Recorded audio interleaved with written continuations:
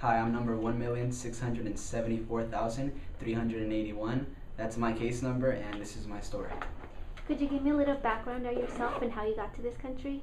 Well, I was actually originally born in Mexico, but my period of time there was very brief, seeing as I came to this country when I was 9 months old. I actually got here pretty easily since I was only a baby at the time and they were able to pass me off as somebody else's child. I didn't go through the whole border or anything, I just came directly through a plane as somebody else's child.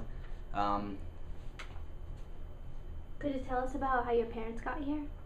My parents actually, they had a little tougher task to try to get here. My dad actually was telling me the story the other day, and he was telling me how it took him seven attempts, and like the sixth attempt, he was almost getting ready to quit.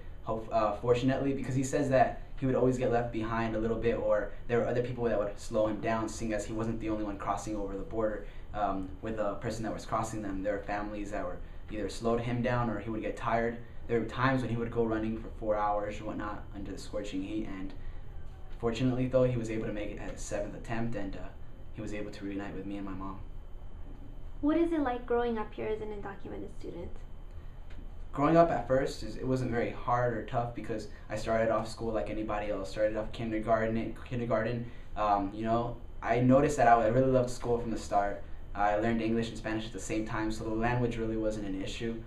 I was always, throughout elementary school and middle school, my teachers would point out to me that I was a very bright student. And I wasn't like the kids who try to kiss up to teachers, but they would always notice and say, you have something going for you. So I always kept that in mind, and throughout my education, I was able to be at the top of my classes throughout high school. And then high school is when you start noticing it starts affecting you. People are getting driver's license that you can't get. People are getting their permits. Then all of a sudden, college is when it really hit me. The last semester of high school, I applied to colleges, but even when I was applying, I wasn't sure exactly of what issues I was going to face until finally I was waiting for my applications, deciding, where do I want to go? Should I apply for FAFSA? And then you can't apply for FAFSA. They tell you can't apply, so it starts getting a little more complicated. I can't drive, so how am I going to get to the college? Should I go somewhere nearby or not? It really came down to questions of where I wanted to go, whether I wanted to go down the path of everybody else, go to a university, or go where I could afford. And I went to a city college instead. Tell me about your college experiences so far. Well, since this is my first year at college, I haven't experienced everything there's going to be to experience, especially seeing as I won't get the full university experience just yet since I'm starting at a city college. But the reason I came here was because it was more affordable, and it is actually it's the best way that I think I could have gone with the circumstances that I faced.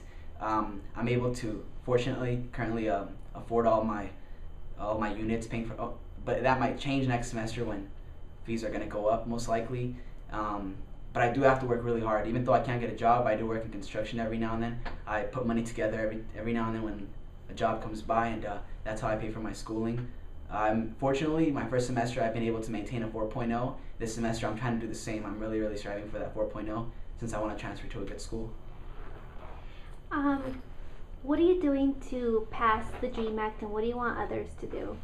When I came to the college I'm at, I actually was hoping that they had a club established on campus. They didn't have it when I came in, but they were establishing a club, particularly to help AB 540 students. So I knew that I wanted to get involved right away. I decided to get involved, and I approached the board members at the current time and told them, if you need anything, let me know. I'm willing to take over any position if I ever get a chance.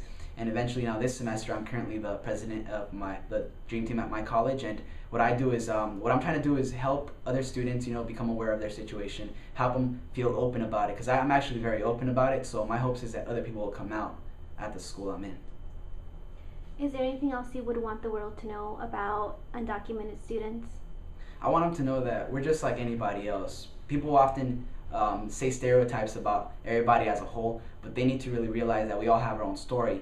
People talk about families and saying their parents don't pay taxes, so why should their kids get any benefits? But I want to tell them they're wrong. My parents do pay taxes, so I feel entitled to the benefits that anybody else is paying for. Just because you can't mark what certain people in my situation do and instead say that is me as well.